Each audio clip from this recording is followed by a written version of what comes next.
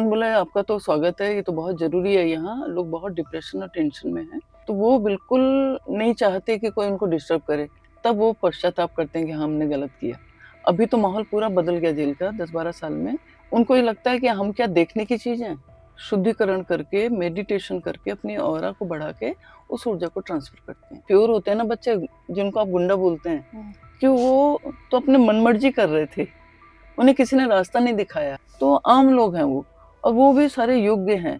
तो उनकी योग्यता को हम लोग छाँट करके, अरे आप कहाँ थे? तो मैं कहती अरे मैं अभी जेल से आ रही हूँ। बाबा ऐसे मत बोलो, हम डर जाते हैं।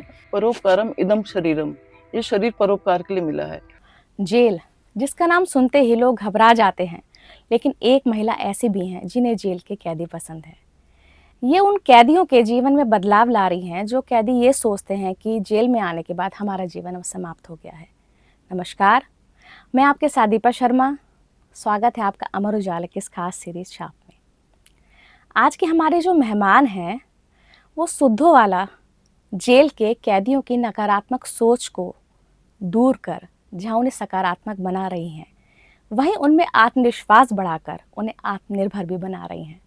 तो आइए मिलते हैं आज की हमारी मेहमान गिरिबाला जुयाल जी से। मैम, बहुत बहुत स्वागत है आपका अमर उजाला के इस कार्यक्रम में। धन्यवाद। सबसे पहला सवाल तो आपसे ये ही कि कैदियों के बीच में जाना, उनसे मिलना, क्योंकि वो किस आपराधिक प्रवृत्ति के रहे हैं, उनसे बात करना, कैसे आए मन में विचार कि ये सब चीज़ें किए जाएं? असल में जब मैं सुद्धोवाला में आई तो मेरे घर के नज़दीक ही जेल थी। संयोग से हम लोग प्राणिक हीलर हैं और हमें मालूम है कि हम कोशिश करेंगे तो हर काम कर सकते हैं जो सोसाइटी के लिए ज़रूरी है ना? तो मेरे को लगता था कि यहाँ जो बंदी रहते हैं, उनके जीवन कैसा होता होगा, कितना परेशान होंगे बंद, और उनका परिवार कैसे सफ़र कर रहा होगा, ये सारे विचार मेरे दिमाग में आते थे। तो एक दिन मेरी फ्रेंड है एक नीना, जो वहाँ मैट बनवाती थी, तो कारपेट बनवाती थी, तो मैं उनके साथ गई। तो वहाँ जेलर से मैंने बात की कि मैंने कहा कि मुझे अपनी सर्विस देनी है जेल में। तो उन्होंने बोला आपका तो स्वागत है, ये तो बहुत ज़रूरी है यहाँ, लोग बहुत डिप्रेशन और टेंशन में हैं, आप ज़रूर आइए। तो उन्होंने सबसे पहले मुझे लेडीज़ को परिचय कराया, लेडीज़ के पास भेजा। तो वहाँ मैंने पहले उनसे वैसी बातचीत, हल्की-फुल्की बातचीत करके, थोड़ा उनको सामान्य भजन किया। गाने-वाने करके, ऐसे करके उनसे थोड़ा-सा फ्रेंडली हुए, दोस्ताना माहौल बनाया। धीरे-धीरे फिर हमने कहा कि आपको स्वस्थ रहना है तो योग का परिचय कराया। उसके बाद हमने प्राणिक हीलिंग की क्लासेस शुरू करी और जिसके बहुत अच्छे रिज़ल्ट मिले हमको। पर जेंट्स में जो था, जेंट्स के लिए जब मैंने शुरू किया, फिर मैं इसके बाद बच्चों में गई। तो बच्चों के तो बैरक में ही चले जाते थे, तो बच्चे बिल्कुल परवाह नहीं करते आपकी। उन्हें कुछ नहीं सीखना है। बच्चे मतलब जो युवा युवा, टीनेजर जो हैं 18 से 20-22 साल के, तो वो बिल्कुल नहीं चाहते कि कोई उनको डिस्टर्ब करे, क्योंकि वो या तो अपने टेंशन में बैठे हैं, या जो बहुत टेंशन वाला है वो एक कोने में बैठा है, रो रहा है या कुछ भी कर रहा है। फिर जब धीरे-धीरे मैंने उनके पास जाकर के बातचीत करनी शुरू करी, तो थोड़े-थोड़े बच्चे आने शुरू हुए। उनसे उनकी बात करो तो बहुत खुश होते हैं, उनकी स्टोरी पूछो तो बहुत खुश होते हैं अपने बारे में बताने में। तब हम उनके पूरा पूछते हैं, चाहे वो पॉस्को केस में है, अफेयर के कारण आए, या वो ड्रग्स के चक्कर में आए हैं, या उन्होंने कोई चेन स्नैचिंग की, या मोटर बाइक लूटी है, या चोरी करी। कई बच्चे तो मतलब मुझे बताया गया है कि 600-600 रुपए की चोरी में जेल में हैं, और कोई उनको निकालने वाला नहीं होता तो बहुत मुश्किल होता, फिर उनका प्रोसेस होता है अलग। तो इस तरह बच्चों से पहले दोस्ताना माहौल बना करके, तब बाद में पूछती हूँ मैं कि किसने क्या किया। मैं पहले जाते ही नहीं पूछती, मैं सिर्फ़ अपनी बात बताती हूँ कि आज खेलेंगे, आज मस्ती करेंगे, आज करेंगे, और एक तुम्हारे माँ-बाप तुम्हारे लिए बहुत दुखी होंगे, उनसे वैसी बात करती हूँ तो उनको याद आ जाती है अपने घर की। तब वो पश्चाताप करते हैं कि हाँ, हमने गलत किया। जेंट्स लोगों में थोड़ा-सा दिक्कत है कि मुझे पहले थोड़ा-सा घबराहट हुई, तो मैं अपने हस्बैंड को लेके गई कि 2 घंटा लगातार, और वो पहले वो भी बहुत कॉन्शियस रहते हैं कि पता नहीं हमको क्या पढ़ाने आए हैं, तो बात नहीं करेंगे, बैठेंगे। अभी तो माहौल पूरा बदल गया जेल का 10-12 साल में, और शुरू में थोड़ा-सा मेरे को लगता था, डर भी लगता था, पर मैं अपना काम करती थी पूरी तरह से। हाँ, क्योंकि उन्हें समझना, हाँ। सबसे पहले तो समझना, फिर उन्हें समझाना वो हमें हमें एक्सेप्ट करेंगे या नहीं। दूसरा, आप उनको ये लगता है कि हम क्या देखने की चीज़ हैं? एक ने तो सीधे, एक लेडी ने बोला, बहुत एक बूढ़ी लेडी थी जो रोती रहती थी बिना गलती के आई हूँ कि मुझे फँसा दिया प्रॉपर्टी के चक्कर में। बच्चे-वच्चे नहीं थे हस्बैंड की डेथ के बाद। तो मुझे अपने घर ले चल, मुझे यहाँ से निकाल, इस मिट्टी में नहीं मरना है। तो आखिर हमने निकल गई वो, लगभग 70 साल के बाद 80 साल के आस-पास पहुँचने वाली होंगी वो। और कोई उनको लेने को तैयार नहीं था, कोई उनका लेने वाला नहीं था। गाँव में उनको मना कर दिया, सरपंच से बात की, उधर टिहरी की साइड की थी, कि नहीं वो जिस लेडी ने केस किया इनके ऊपर, वो बिल्कुल गाली देती है कि यहाँ नहीं आना है। तो 2 महीने मुझे अपने घर में रखना पड़ा उनको। अब सोचिए कि बुजुर्ग का पैर भी टूटा हुआ है और मैं 8-10 दवाइयाँ खाती थी वो। मेरे हस्बैंड के हाथ से ही खाती थी दवाई कि वो देगा मुझे दवाई। और उसके बाद हमने बड़ी मुश्किल से उनके गाँव तक पूरा उनके लिए ताम-झाम, गैस से लेके बर्तन से लेके सब कुछ इंतज़ाम, बिस्तर-विस्तर करके, गैस स्टोव वगैरह। सारी सुविधाएँ जुटा दी उनको हाँ, आपने। तब गाड़ी भर के लेके गए। फिर गाँव वालों ने शाम के 4 बजे तक परमिशन ही नहीं दी हमको, कि उनको कोई रखने को तैयार हो। पर किसी तरह उनके एक भतीजे आगे आए और डाँटा भी मैंने उनको, कि मैंने कहा तुम लोग हद हो गई, गाँव के लोग मिलकर के एक बूढ़ी जिसकी कोई गलती नहीं है उसको लेने को तैयार नहीं है आप, एक उस लेडी के कारण डर रहे हैं आप। तो तब आज वो इतना खुश हैं, हम लोग एक स्टाम्प पेपर में वो लेके गए थे खरीद के, तो उन जिन्होंने उनको लिया अपने अंडर में, उन्होंने उनके लिए एक टी शर्ट बनवाया, वो बैठ नहीं पाती थी, कमोड बनवाया, पूरा टेंशन, पूरी सुविधाएँ करके आज बहुत मज़े से हैं। अच्छा। 3-4 साल हो गए। तो मैम जब आपने सोचा कि इन कैदियों के लिए आपको कुछ करना है, तो आपने जेल प्रशासन से बात की, तो क्या अनुमति एकदम मिल गई या उसमें काफ़ी हाँ, समय जब लगा? मैं उस समय वर्मा जी थे वहाँ, ग्वालियर वर्मा जी, जेलर सुपरिटेंडेंट तो ग्वाल जी थे। ये कब की बात रही होगी? ये लगभग 14 अच्छा 14 साल। 14 2014 अच्छा की 2014। 2014 की। तो जेलर सर से जब मैं मिली, तो मैंने जब कहा कि मेरे को सर्विस करनी है अपने योग के थ्रू, तो उन्होंने तो बहुत खुशी से अनुमति दी। उनको लगा कि कोई, असल में वो डिप्रेशन में बहुत रहती है ना लेडीज़, तो कई तो ऐसी लेडीज़ थी जिन्होंने अपने बच्चे को मार दिया था। तो वो बहुत साइकिक थी और एक और थी, ऐसे बहुत सारे केस थे। तब उनके लिए उनको बहुत टेंशन रहती कि इनका क्या करें? तो हम लोग ऐसे जो डिप्रेशन, टेंशन या साइकिक पेशेंट होते हैं ना, उनको हम लोग अपने योग के माध्यम से कंट्रोल करते हैं, सिखाते हैं या उनका माहौल बदलते हैं। अभी तो बहुत सारे एनजीओ आ गए, उस समय कोई नहीं था ज़्यादातर। तो सिर्फ ये जो योग के तहत ये हीलिंग पत्ती है, हाँ, क्या है ये? हीलिंग पद्धति जो है, आपको एक तो अपना डिसिप्लिन लाइफ रखना है। जब आप मजबूत होंगे, दृढ़ होंगे और आपका शरीर मजबूत होगा, आपके विचार मजबूत होंगे, जिस काम को करने जा रहे हैं, तब आप ये काम कर सकते हैं। तो जब आप खुद अपने आप में आपके अंदर पावर है, तो हम योग के थ्रू शुद्धिकरण करके, मेडिटेशन करके अपनी ऑरा को बढ़ा के उस ऊर्जा को ट्रांसफ़र करते हैं। तो ट्रांसफ़र में एनर्जी फॉलो द थॉट्स, कहाँ बीमारी है हम सेंसिंग करते हैं और सेंसिंग करके कहाँ डिप्लीशन और कंजेशन है बॉडी में, उस तरह से बीमारी चेक होती है। कंजेशन का मतलब वहाँ बीमारी भर गई, डिप्लीशन का मतलब वहाँ एनर्जी लो है इस इंसान की, इस पार्ट में, ऑर्गन में या ऑरा में। तो जब हम सारा चेक कर लेते हैं, तो तब हम उसकी सफाई करते हैं। No touch no drug therapy है, डिस्टेंस थेरेपी कहलाती है, टेलीपैथी हीलिंग ये। अच्छा। तो जो ये टेलीपैथी हीलिंग है, इसमें आप पूरा पहले सारा सेंसिंग करते हैं ऑरा की, उसके बाद उसमें कहाँ-कहाँ प्रॉब्लम है उसको चेक कर लेते हैं, नोट भी कर सकते हो आप। तो जब चेक कर लेते हैं, फिर हम ऑरा साफ करके तब एंटर करते हैं बॉडी के पार्ट में, ऑर्गन में, चक्रों में। पॉज़िटिविटी। फिर हम उसका वो सफाई करते हैं, जो बीमारी आ गई या जो दिक्कत है। तो चाहे सूजन है, यहाँ तक कि ट्यूमर भी, उन सबको साफ करके अपनी सफाई का पूरा ध्यान रखना पड़ता है इसमें बहुत, और फिर वहाँ अपनी एनर्जी को ट्रांसफ़र करते हैं लेकर के। और अगर जैसे कैदी हैं, उनकी डिप्रेशन को दूर करना, उनकी नेगेटिविटी को दूर हुँ। करना, उसको दूर करने का भी तरीका यही है। हाँ, डिप्रेशन में थेरेपी अलग-अलग है। जैसे आप पहले बेसिक नर्सरी में जाते हो, फिर आप 5th के बाद आप थोड़ा हायर क्लास में जाते हो, उसके बाद आप हायर एजुकेशन में जाते हो। ऐसे ही इसमें है, बेसिक में आपको छोटी-मोटी बीमारियाँ, सर्दी-जुकाम, बॉडी पेन, बुखार, सिर दर्द, वॉमिटिंग, कहीं कट लग गया, तुरंत उसको क्लीन करके हील करो, एकदम ब्लड बंद हो जाएगा। ये सब बेसिक में सिखाते हैं। और अगर कैदी यही मना कर दे कि मुझे नहीं लेना, तो हाँ, ऐसे में क्या चुनौती रहती है देखो आपके साथ? जिसको नहीं लेना होता है वो नहीं आता है। हुँ। तो वो जब ज़्यादा बीमार पड़ता है, हॉस्पिटल में भी जब ठीक नहीं होता है, तब वो हमारे हीलर से हेल्प लेता है।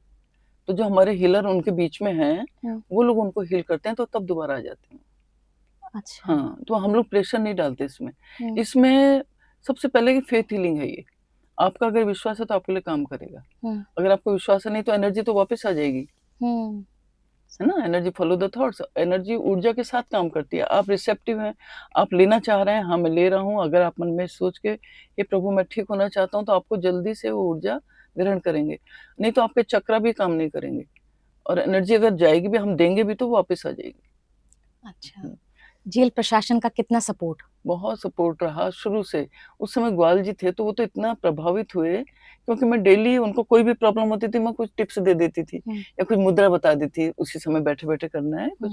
और उसके बाद किसी 1-2 हीलर ऐसे थे कि वो क्लेयरवेंट थे, मतलब दिव्य दृष्टि जैसा, उनको दिख जाता है बॉडी के अंदर। तो वो बहुत फेमस हुआ, पहले नेगेटिव था वो लड़का बहुत ज़्यादा। और जब उसने प्राणी हीलिंग में आया, तो तब वो एकदम उसको समझ में आया, इसमें असल में सबसे बड़ा प्लस पॉइंट क्या है कि इसमें लॉ ऑफ कर्मा है।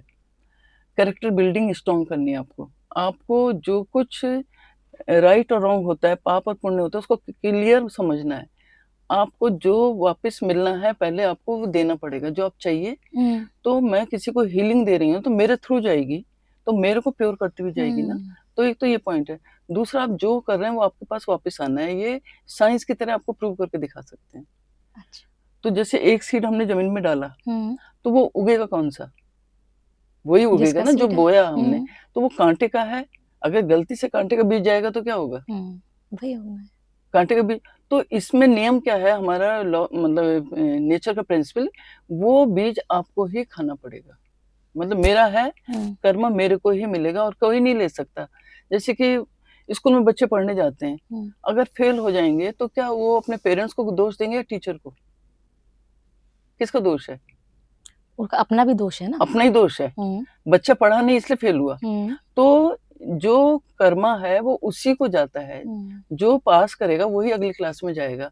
तो ये इसमें नियम है कि जब आपको कुछ चाहिए लाइफ में, पहले वो देना शुरू करो। आपको पीस चाहिए, पीस दो, बाँटो। प्रेम चाहिए, प्रेम बाँटो। आपको पैसा चाहिए, पैसा बाँटो।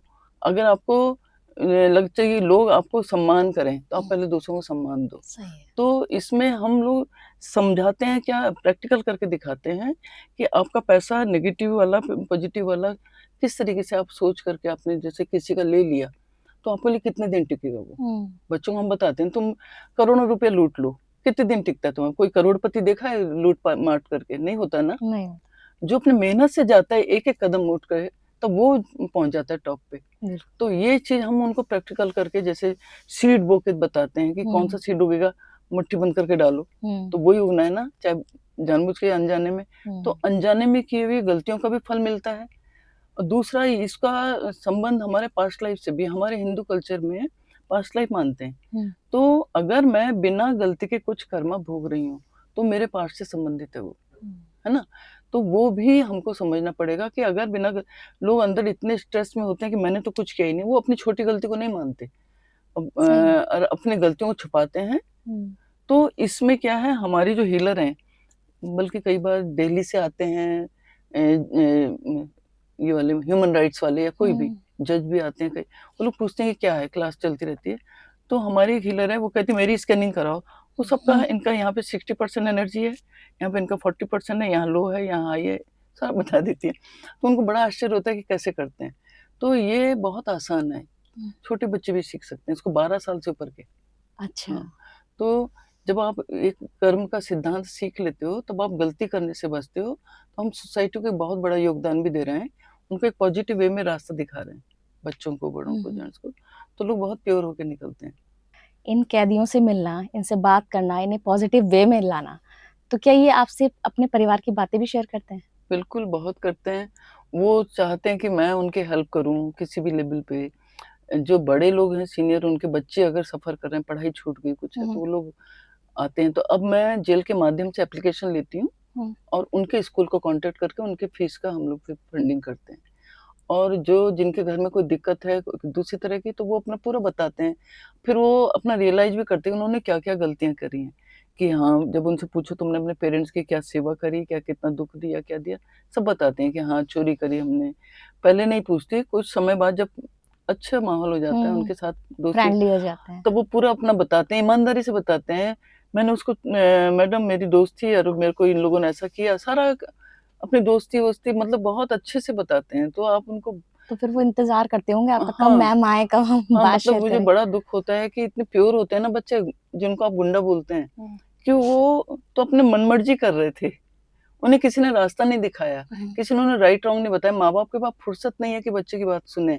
ये बच्चे कहाँ जा रहे हैं, उनको वॉच करने के लिए उनको टाइम नहीं है उनके पास देखभाल का, इसलिए बच्चे बिगड़ते हैं। तो हमें चाहिए कि हम बच्चों से हमेशा दोस्ती करके रखें, उनकी बात को सुनें और वो क्या चाहते हैं। अगर गलती कर रहे हैं तो उन्हें डाँट मार कर के कभी रिज़ल्ट नहीं मिलता। हमेशा उनको बात सुनो और उनके नज़रिए से देखो, तो हम भी अपने बचपन में ऐसे ही थे किसी न किसी लेवल पे। बस अगर थोड़ा कोई कम होता है, कोई थोड़ा हाँ, ज़्यादा होता है। और जब ज़्यादा असल में किसी चीज़ को दबाओ ना, तो वो एकदम बढ़ती है। हो जाता है काबू से बाहर। अगर उनको थोड़ा-थोड़ा गलती कर रहे हैं, माफ़ भी करते रहना पड़ता है और उनको फिर बीच-बीच में समझाना पड़ता है, धमकाना भी पड़ता है। पर तरीका बच्चों को पढ़ाने का हमारे यहाँ है नहीं, मतलब जिस तरह से करते हैं ना, तो इसलिए बच्चे अगर एक बार जेल में आ गए ना, देखा मैंने इतनी छोटी गलती में, एक तो एक टीवी चोरी करके बेच दिया नशे में उसने अपने घर का। उसके माँ-बाप ने उसके भाई माँ-बाप नहीं थे, भाई-भाभी ने उसको जेल करा दी। अंदर आके रोता था और चिल्लाता था, मैं उनको मार दूँगा जा कर के। पूरी तरह से उसका मन में पक्का था कि मैं बाहर जाके उनका मर्डर करना है। कि फिर रोता था कि क्यों रो रहा है? मेरे को अपने भतीजों की याद आ रही है। मतलब बच्चे है ना, गुस्सा भी है, प्यार भी है, दुःख भी है, कष्ट भी है। फिर उसको समझाया जब क्लास में लाके लॉ ऑफ करना चाहिए, तुमने गलती करी, कहने पे नहीं रहे, देखो ऐसा नहीं, तो बिल्कुल चेंज हो गए कि हाँ, हमने गलती करी। हाँ, क्योंकि यूथ ही है, कम एज ही है, हाँ, इतनी ज़्यादा समझ तो नहीं है। हम लोगों को समझाने के लिए पेशेंस चाहिए, हमें मौका चाहिए। तो मैं चाह रही हूँ कि मेरे को एक असल में मैंने आज तक कहीं से फंडिंग नहीं ली, अपने डोनर ही हमारे आपस के रिश्तेदार, बच्चे, भाई और मेरे प्राणिक हीलर, तो तभी हम ये काम कर पा रहे हैं इतना जो इतने सालों से। पर अगर फंडिंग हो तो मैं इन बच्चों के लिए सेंटर खोलना चाह रही हूँ, जिससे इनको रख के मैं अपने पास, बाहर निकल के फिर से उसी संगत में आ गए, कई बच्चे 4-4 बार आ गए। अब देखो कि अब क्या है, दादी ने कहा यहाँ नहीं आना, माँ-बाप ने कहा घर से निकल जाओ, ओह! तो अब कहाँ जाएँगे कहाँ वो? जाएँगे? उन्होंने तो फिर कुछ न कुछ तो करना ही है ना, फिर वो मेरे को 600 रुपए की चोरी में भेज दिया अंदर, मैंने ये चुराया था, ये करा। इस तरह से अब कई बार तो झूठ भी बहुत बोलते हैं ये लोग, आप उन पे पूरा विश्वास नहीं कर सकते। तो उनके झूठ सच का जान रहे हो, नहीं जान रहे, फिर भी उनके साथ सिम्पैथी रखना ही बहुत आसान नहीं है, पर बस ज़रूरी है, ज़रूरी है, सही में। उनको रास्ते पे लाने के लिए, नहीं तो वो एक समाज के लिए बहुत बड़ी प्रॉब्लम बनने वाले हैं ये लोग, जितना बड़ा वर्ग क्योंकि निकल रहा है ना। भटकाव ज़्यादा हो गया है। भटकाव बहुत है और उनको गाइडेंस नहीं है, उनको प्रेम नहीं है, हमारे समाज में प्रेम खत्म हो गया। माँ-बाप का बच्चों के लिए प्रेम नहीं रहा, उन्हें रोज़ की रोज़ जो लोअर क्लास है, वो रोज़ का दिहाड़ी मज़दूरी के चक्कर में रह जाता है। बच्चे कहाँ आवारा घूम रहे हैं, स्कूल जा रहे हैं, नहीं जा रहे हैं, उन्हें नहीं फुर्सत नहीं है या उनको अकल नहीं है, जो भी है, और उनको देखभाल भी नहीं करते, उनकी कोई गलती हो जाती है तो मार-धर। अब बाप शराब पीता है, 80% लोग शराब पीते हैं, आके बीवी को मारेंगे तो बच्चे पे क्या असर पड़ेगा? उन्हें नहीं पता बच्चा स्कूल जा रहा है कि नहीं जा रहा है। बीवी के भी जेवर बेच कर के वो जाते हैं, तो लेडी जाती हैं कि इसको जेल करवा दो मेरे आदमी को, मैं बच्चे पाल लूँगी अकेले। मतलब हमारे समाज में इतने कष्ट है ना, तो मैंने देखा कि जो ये जेल में हैं, बिल्कुल लोअर कैटेगरी, उसके अपर भी लोअर कैटेगरी, लोअर कैटेगरी भी 3-4 हैं। एक तो फुटपाथ वाले हैं, एक जिनकी झोपड़ी नदी के किनारे मिलेगी आपको, एक जो अपना थोड़ा-सा घर बना के फिर भी बड़ी मुश्किल गुज़र-बसर कर रहे हैं, बीमारी-हारी में। तो उन सबको जब हम लोग उन तक पहुँचते हैं ना, तो उनके सारे लेवल को देखना पड़ता है कि इनको किसी को शव उठाने के लिए पैसे नहीं है। कई बार ऐसी भी नौबत आई हमारे पास। तो ये अच्छा। सारी चीज़ें देखनी पड़ती हैं सोसाइटी में। अब तो काफ़ी अच्छा हो रहा है माहौल, पर हमने इतने सालों में इतना कुछ देखा है ना कि पापा नहीं तो बच्चों के स्कूल छूट गए, उनको बच्चों को एडमिशन कराने। एक लेडी की बारात चढ़ने वाली है, सबका पेमेंट कर देता, गाड़ी का पेमेंट नहीं दिया तो बारात ही नहीं ले जा रहा गाड़ी वाला। उसी समय फिर पैसे दो उनको कि पूरा काम वो आधे में रो रही बेचारी अपने बेटे की बारात लेकर के जा रही है। करना भी उनको वो सब कुछ है, समाज में रह कर के, ना? तो बहुत तरह की समस्याएँ हैं। अब वही समस्याएँ हमारे जेल तक आती हैं। उन्हीं का रूप आता है ना, ये जब परेशानियाँ झेलते हैं, माँ-बाप देख नहीं पाते, बच्चों को ध्यान नहीं रख पाते, या उनके अंदर इतना गुस्सा होता है कि माँ-बाप के लिए उनके अंदर नफ़रत हो जाती है कई बच्चों में। और कई बच्चे आके पछताते हैं, नादानी में आते हैं, कई लोग दोस्ती के चक्कर में आते हैं, और ज़्यादातर लोग हमेशा इसके कारण आया, इसके कारण आया, इसके कारण ये बोलते हैं, अपने लिए कुछ अपनी गलती नहीं मानते। अपनी गलती नहीं मानते। तो जैसे जब इनमें सुधार आ जाता है, जो जेल से चले जाते हैं अपनी सज़ा काट के, तो आपको याद करते हैं? हाँ, लेटर लिखते हैं, हाँ, फ़ोन करते हैं? हाँ, अभी जैसे आपके सामने फ़ोन आया, वही बच्चे हैं ये। तो अच्छा। एक ही कैदी ने अंदर वो नशे में आया था और बहुत भयंकर नशे में, वो उसको डाल-डाल के थक गया, इकलौता बेटा था। जब वो क्लास में आया मेरी, तब उसको एकदम लाइफ़ ट्रांसफ़ॉर्म हुई उसकी। इतनी ट्रांसफ़ॉर्म हुई कि वो इसके लिए उसने कमर कस ली कि मैंने किसी को नशे में नहीं आने देना। अंदर ही उसने इसके लिए काम किया, नशे के लिए, बीड़ी सिगरेट से लेकर के किसी भी तरह के नशे के लिए अवेयरनेस। और फिर बाहर से भी कई एनजीओ आते हैं, उनके लिए अरेंज करना क्लास, उनको गाइडेंस देना, उनको ध्यान कराना, योग कराना। मैं तो बहुत 2 घंटे 3 घंटे जाती हूँ, तो वो उनके लिए पूरा डेडिकेट हो गया था। अब जब छूटा है वो, उसकी मिसेज़ उसको तलाक दे रही थी। जब छूटा है तो आप सोचिए कि उसने अपने ससुराल के घर के लिए भी सँभाला, अपने मिसेज़ के लिए उसने जेल के बंदियों के लिए किचन शुरू किया और टिफ़िन सर्विस शुरू करी। उसमें सारे बंदी ही काम कर रहे हैं। अच्छा। और टिफ़िन सर्विस वाले भी और बनाने वाले भी, सब के सब। तो इतने, और आज के दिन में वो उसने एक आश्रम खोला है हरिद्वार के पास। मतलब ये ओपन है कि किसी को ज़रूरत है तो वो पहुँच सकता है। वहाँ नशे वाले बच्चे, नशा मुक्ति केंद्र खोला था। फिर बुजुर्ग आने लगे तो बुजुर्गों के लिए भी हो गया वृद्धाश्रम। फिर वहाँ नीडी पर्सन आने लगे, उनके लिए भी। विकलांग आए, एक के पास तो अपने बच्चे नाती को सँभालने के लिए बुजुर्ग थे, माँ छोड़ के भागे, पापा नहीं था, तो वो भी उस बच्चे को, विकलांग को, वहाँ छोड़ के गए। तो आज वो इतना बड़ा, मतलब 2-4 से लेके आज 50 उसके पास हो गए और उस अकाल ट्रस्ट उसको सहायता कर रहा है, गुरुद्वारा, और वो बहुत बेहतर ढंग से चला रहे हैं। अभी मेरे को बोल रहे हैं कि यहाँ भी प्राणी हीलिंग क्लास दो। तो वो लड़का इतना बढ़िया काम कर रहा है ना, तो हर बार जो भी अच्छे, अब उसको ना सुभारती में कहाँ-कहाँ लेक्चर के लिए बुलाते हैं। अरे वाह! जगह-जगह वो काउंसलिंग के लिए जा रहा है और इतनी बड़ी-बड़ी जगह जा रहा है, उसको बहुत अवार्ड मिल रहे हैं। देखिए, एक प्रयास से वो, एक आपका प्रयास था जिससे हाँ। वो उस युवा में सुधार आया और आज वो कितनी ज़िंदगियाँ बदल रहा है। बहुत। तो ये तो आपका मैम वो जेल का सफ़र रहा जो आप इन कैदियों के लिए काम कर रही हैं। इससे पहले की अगर हम बात करते हैं तो आपने सबसे पहले बच्चों से शुरुआत की। उन बच्चों से जो ड्रॉप आउट थे, स्कूल नहीं जाते थे। तो मतलब यहाँ तक आपके बारे में सुना है कि आप उन बच्चों की पढ़ाई का ज़िम्मा खुद उठाते थे और उन्हें घर भी लेके आए। हाँ, असल में मेरा इस यात्रा शुरू हुई फकोट टिहरी गढ़वाल से। मेरे हस्बैंड प्रिंसिपल साइंटिस्ट थे, वहाँ ऑफ़िस इंचार्ज रहे। तो वहाँ मैंने देखा गढ़वाल में ठंड बहुत पड़ती है और ठंड में बच्चे बिना जूते-मोजे के, बिना कपड़ों के घूम रहे हैं। स्कूल हमने वहाँ उन बच्चों के लिए ना स्कूल शुरू किया, English medium, Hindi English medium. तो वहाँ बच्चे ये ऐसे आते स्कूल थे। खोला संध्याकालीन? नहीं, या प्रॉपर स्कूल, प्रॉपर खोला? प्रॉपर। वहाँ कोई स्कूल नहीं था वहाँ पे। अच्छा। सरकारी स्कूल दूर था थोड़ा। तो ये प्रॉपर सुबह स्कूल खोला हमने अपने ऑफ़िस के लोग और अपने अच्छे पढ़े-लिखे लोगों के साथ मिलके। जी। तो वहाँ से शुरू किया मैंने, लोगों से पैसे माँग कर उनके इंतज़ाम करने का। तो वो जो शुरू हुआ सफ़र, उनको पहाड़ के बच्चों को पहली बार पिकनिक ऋषिकेश तक लाना, उनके लिए नया माहौल पैदा करना इंग्लिश मीडियम, तो वो भी बड़ा अच्छा रहा। आज वो शिशु मंदिर उसको चला रहा है, इस अच्छा। उसको, अभी तक इतने साल हो गए उसको। तो दूसरा मेरा, फिर मैं जब देहरादून आई तो मेरे पास असल मेरे छोटे बच्चे हुए तो काम करने के लिए दिक्कत होती थी। तो मेरे किसी को मैंने कहा कोई बच्चा इसके पास बैठ जाएगा तो मैं काम करूँगी।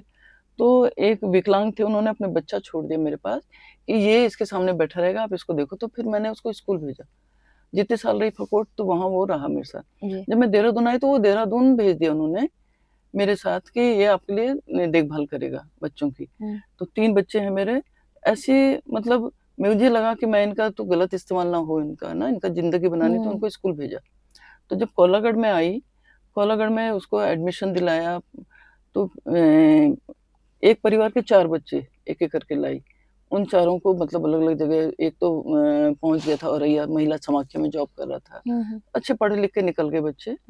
और एक बच्चा अभी मेरे पास है, 2 बच्चे भी हैं, जो कि एक तो वहाँ करके नवोदय में निकला, थर्ड फर्स्ट क्लास था बच्चा। और उसके दोनों भाई-बहनों को पढ़ाया और उसने पॉलिटेक्निक भी किया और अभी गवर्नमेंट जॉब की तैयारी कर रहा है। तो इस तरह से मेरे पास 15 लगभग बच्चे पढ़ चुके होंगे, एक-एक करके। तो मैं, मतलब मेरा ये था कि तुम मेरी मदद करो, मैं तुम्हारी मदद करती हूँ। मेरी मदद जो छोटी-मोटी घर में होती है, क्योंकि मैं पालने के लिए नहीं ला रही हूँ उनको, मैं उनको कर्मठ बनाने के लिए ला रही हूँ, उनकी ज़िंदगी बनाने के लिए। और मुझे भी दिक्कत नहीं हो, मेरे परिवार को दिक्कत नहीं हो, क्योंकि मुझे घर में फ़र्क तो पड़ेगा, बच्चों पे भी, मेरे 3 बच्चे हैं और बाहर के बच्चे भी हैं। तो फिर मैंने मतलब इस तरह से बनाया कि अपना-अपना काम सब करेंगे, मेरे बच्चे भी और वो भी। अपना बर्तन धोएँगे, अपना कपड़ा धोएँगे, अपना तो आपके बच्चों ने उन्हें भी स्वीकार किया या थोड़ा-सा रहा? वो मजबूर क्यों आए? नहीं, ऐसा तो नहीं कहा, कभी नहीं कहा, पर माहौल ही ऐसा था। मेरी सास भी बहुत उदार थीं, बहुत ज़्यादा डिवोटी थीं ईश्वर के लिए, बहुत करती थी समाज के लिए, पूरा राशन भर-भर के लोगों के यहाँ बाँटती थीं। तो ईश्वर की कृपा रही कि हम लोग ऐसे रहे। मेरा मायके से भी ऐसी था कि मेरी मम्मी लोग भी बहुत कर्मठ तो थे। शुरुआत से थी हाँ, रही, बचपन से आप में चीज़ें हाँ, ये। मेरे पिताजी बीएसए थे, मेरी माँ जी सिलाई-कढ़ाई सेंटर चलाती थीं और बस्ती के लेडीज़ को फ्री सिखाती थीं फिर बाकी लोगों को। तो उनसे कर्मठता और ईमानदारी ये सब बचपन से हाँ, सीखी हैं। बचपन से ही था। मतलब ईश्वर की कृपा रही कि पति भी बच्चे भी फिर ऐसे रहे कि सपोर्टिव रहे। दिक्कत आई, ऐसे नहीं कि दिक्कत नहीं आई होगी। वो ऐसे बच्चे कई बच्चे ऐसे थे ना, वॉमिटिंग कर रहे हैं, सफाई नहीं आ रही है, कमरा इतना गंदा कर देते थे, उनको पूरा रूम दिया हुआ है, सब कुछ बराबर पे वही खाना है जो हम खा रहे हैं। काम उनको पहले बोलने मुझे टीवी में दिखाते थे, आंटी बच्चों से काम नहीं कराते, पनिशमेंट है। वो मुझे बताते थे कि मैं उनको यूज़ ना करूँ। तो मतलब फिर भी मैंने बच्चों को रखा कि उनका जो एक लेवल पे आके तब उनको छोड़ा है। आपने तो उनको सिखाया कि हाँ, आपको अपने लिए तो ये हाँ, करना ही हाँ, करना है। हाँ। आप इन सब को आत्मनिर्भर भी बना रही हैं, कैसे? हाँ, आत्मनिर्भर मतलब जिनके अंदर ललक है और जिनके अंदर योग्यता है, वो लोग खाली नहीं बैठते। तो वो कुछ न कुछ करते रहते हैं। किसी को बहुत अच्छा अचार बनाना आ रहा है, तो वहाँ जेल में जो आंवले लगे हैं उनका बनाते हैं। आलू की सीज़न में चिप्स बनाती हैं वो। और जिनको बुनाई आती है वो बुनाई कर रही हैं। कढ़ाई वाली कढ़ाई कर रही हैं। ये ग्रुप था, एक आर्टिस्ट का ग्रुप जो हम लोगों ने तैयार किया। उन लोगों ने मिलके साड़ी पेंटिंग करी। तो कि मैडम हम आपके लिए साड़ी करेंगे, तो कि उसको किसी को देना मत। तो सबने मिल कर के अलग-अलग हिस्सा लेकर के बहुत सुंदर साड़ी तैयार करी। तो ये सब चीज़ें उनको कई को तो पता ही नहीं था कि वो पेंटिंग कर सकती हैं। और जब पेंटिंग करी तो इतनी सुंदर पेंटिंग बनी है। और जो मीडिया वाली लड़की थी, कई थी मीडिया वाली, 1-2 और थी। उन्होंने इतनी सुंदर पेंटिंग बनाई कि जो मुख्य सचिव हैं उनके घर भी सर ने उनको गिफ्ट करी है कई लोगों को। हाँ। अच्छा। और जो आईजी मैडम थी उनको एक बंगाली लेडी थी, दुबई से आकर के उसके कागज़ों में कुछ गड़बड़ी थी तो अंदर फँस गई, उसका हस्बैंड वहीं रह गया, वो यहाँ कई साल रह गई अंदर। तो उसने बंगाली डॉल बनाई, वर-वधू करके, और एक वेस्टर्न डॉल बनाई, तो वो सब काँच के फ्रेम में भी शोकेस में रखे हैं वहाँ। आप देख सकते हैं। तो बहुत अच्छा है, मतलब जो जेलर हैं उनका बहुत सहयोग मिलता है मेरे को, किसी भी तरह काम के लिए। अब मुझे अब ज़्यादा रोक-टोक नहीं है क्योंकि सब जानते हैं, मैंने भी अपने को एकदम सही तरीके से काम करती हूँ, मैं उनके रूल के हिसाब से काम करती हूँ। मैं नहीं चाहती कि मेरे कारण कोई गलती हो या कोई मेरा गलत फ़ायदा उठाए। तो मैं खुद ही उनको बता देती हूँ क्या कैदी अगर कुछ चाहते हैं ना, सही क्या गलत क्या, जो कर सकती हूँ वो करती हूँ, और नहीं तो मैं उनको प्रशासन को बता देती हूँ कि इनको यहाँ ज़रूरत है, ये कह रहे हैं, इनको ये चाहिए। जो ऑफ़िस इंचार्ज लेडीज़ हैं या राइटर होते हैं, इनको उनके थ्रू उनके मैसेज पहुँचा देती हूँ। तो मैं भी कोशिश करती हूँ, पूरा अपना चेकअप करा के हम जाते हैं अंदर। तो मतलब कभी ऐसी कोई दिक्कत नहीं आई कि जब हम पूरा कायदे से काम करेंगे तो फिर ऐसी दिक्कत नहीं आएगी। और डीएम की परमिशन तो है ही ना, उसके बिना आप अंदर जा नहीं सकते। बिल्कुल।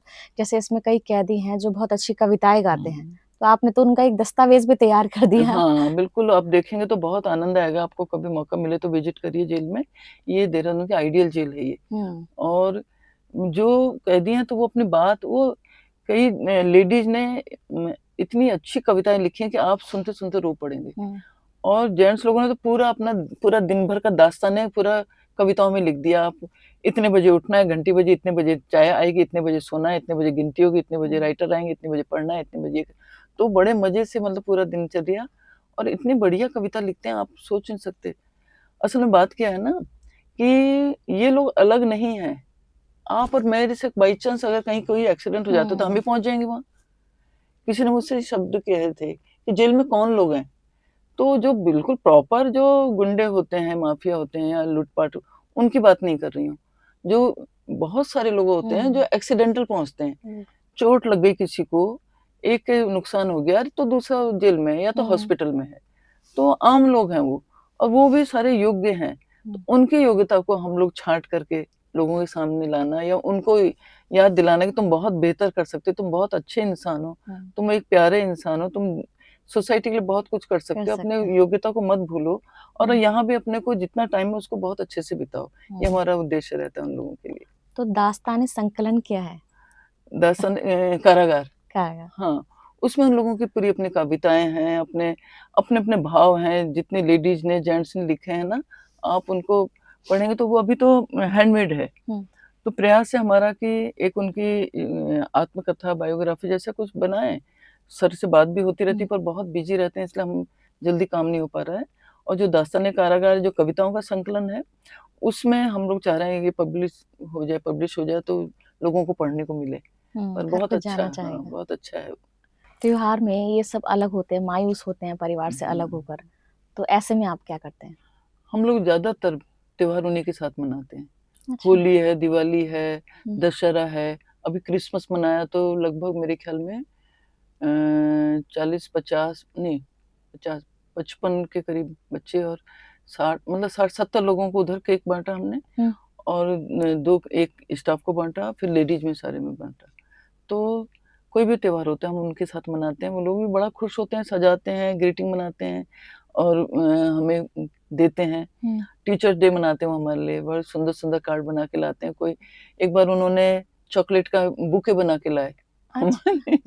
तो अपने भाव वो कविता लिखते हैं, कई बार मेरे पास बहुत सारी कविताएँ उनकी लिखी हुई लेटर हैं। अच्छा, तो सारे त्योहार वगैरह सब उन्हीं के साथ मनाते हैं। दिवाली को तो हम लोग रात में जाते हैं शाम को 7 बजे हुँ, परिवार के साथ। तो अच्छा, बहुत अच्छा लगता है उनके साथ, तो खुश हो जाते हैं, वेट करते हैं हमारी। हुँ, हुँ। हुँ।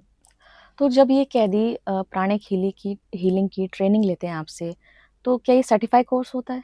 हाँ, बिल्कुल, क्योंकि हम लोग जो इसको प्रॉपर कोर्स की तरह कराते हैं, पर जो उसका लॉ ऑफ कर्मा वाला चैप्टर है, हुँ, वो मैं मैक्सिमम उनको ज़रूर पढ़ाती हूँ क्योंकि अगर 50 स्टूडेंट आए हैं आपके पास, तो उसमें लास्ट में क्रीमी लेयर 20 बचेगी। हुँ, तो पर मैं लॉ ऑफ कर्मा पे ज़्यादा फ़ोकस देती हूँ कि उनका कैरेक्टर बिल्डिंग स्ट्रॉन्ग हो, जिससे बाहर जाके गलत काम ना करें। हुँ, और जो कोर्स करते हैं, वो बहुत स्ट्रॉन्ग विल वाले होते हैं लोग, कंप्लीट करते हैं।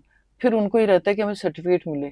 अभी तो मैंने क्या शुरू किया कि वो हर एक आदमी क्लास में बैठेगा, उनको चाहिए सर्टिफ़िकेट और उसका पैसा मुझे जमा करना पड़ता है, क्योंकि ये फ़ीस होती है इसकी। आप अपनी तरफ से देते हैं। हाँ, तो जो कोर्स पूरा करते हैं, उनको तो मैं वहाँ से दिलवाती हूँ सर्टिफ़िकेट तिरुपति आश्रम से, हमारे फाउंडेशन जो हमारा हुँ, हुँ, हुँ, प्राणी योगा आश्रम फाउंडेशन जो तिरुपति में।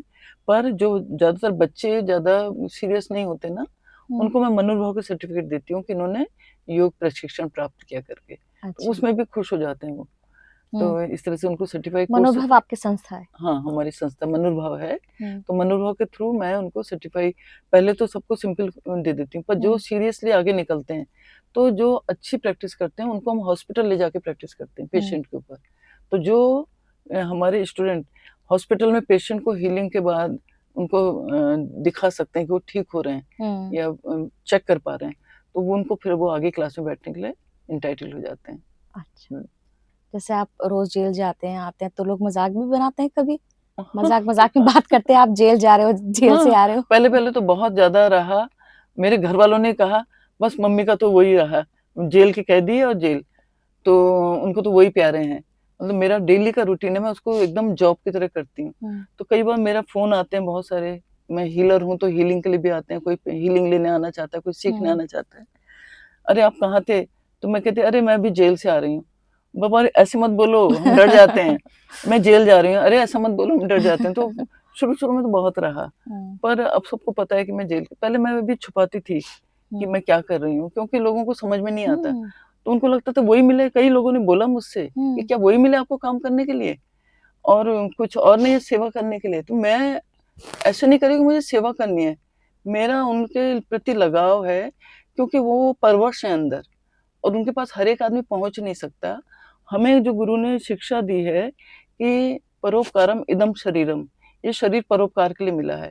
तो जो बंदी अपना सब कुछ छोड़ कर के बंद है, गलती के कारण या बिना गलती हुँ, के या कम गलती के, उनकी जो मानसिकता बाहर थी वो अंदर आकर के और ज़्यादा बढ़ी है या बदली है या जो भी है, हम उसको बहुत बेहतर बना सकें। उनकी मानसिकता को गलत किया है, तो हुँ, मानसिकता को बेहतर बनाना है। अगर गलती से आए हैं तो उनको हमने एक तरह से उनके जीवन को सही तरीके से ले जाएँ, डिप्रेशन, टेंशन से हुँ, फ्री रहें, एक बैलेंस के साथ रहें, वो सिखाना है। तो ये सब चीज़ें सोचती हूँ कि मेरे को लगता है कि मुझे बहुत बड़ा मौका मिला है ईश्वर की तरफ से कि मैं ये कर पा रही हूँ। क्योंकि हर एक आदमी इतना टाइम भी नहीं दे नहीं दे सकता। पाता, सही में। ईश्वर ने मुझे इसलिए शायद वहीं पे घर बनाने का मौका दिया, कहीं ज़मीन कहीं और खरीदी, वो उसने किसी और को बेच दी और हमको मजबूरी में सुद्धवाला में जेल, और वो भी मेरा जेल के नज़दीक। तो मुझे लगा मेरे लिए डिसाइडेड प्लान था ईश्वर का। नहीं, तो इसलिए मैं जो डेली जा सकती हूँ, आ सकती हूँ वहाँ तक और अपना काम कर पा रही हूँ और मेरे को रिज़ल्ट भी मिल रहा है, मेरे को बहुत सुकून है, शांति है इससे। हमसे जुड़ने के लिए मैम बहुत-बहुत धन्यवाद आपका। आपका भी बहुत-बहुत धन्यवाद, मुझे आमंत्रित करने के लिए और अपनी बात रखने के लिए बहुत-बहुत धन्यवाद। जेल की 4 दीवारों के बीच इन जिंदगियों को बदलना यही संदेश देता है कि प्रयास किया जाए तो किसी के जीवन को भी बदला जा सकता है। सकारात्मक रूप में हम सबको भी एक अच्छी पहल हमेशा करनी चाहिए। ऐसे ही और प्रेरणादायक कहानियों के लिए जुड़े रहिए अमरउजाला.com के साथ। अगर आप ये वीडियो YouTube पर देख रहे हैं तो हमारे चैनल को सब्सक्राइब कर बेल आइकन दबाएं और Facebook पर देख रहे हैं तो हमारे पेज को लाइक करें।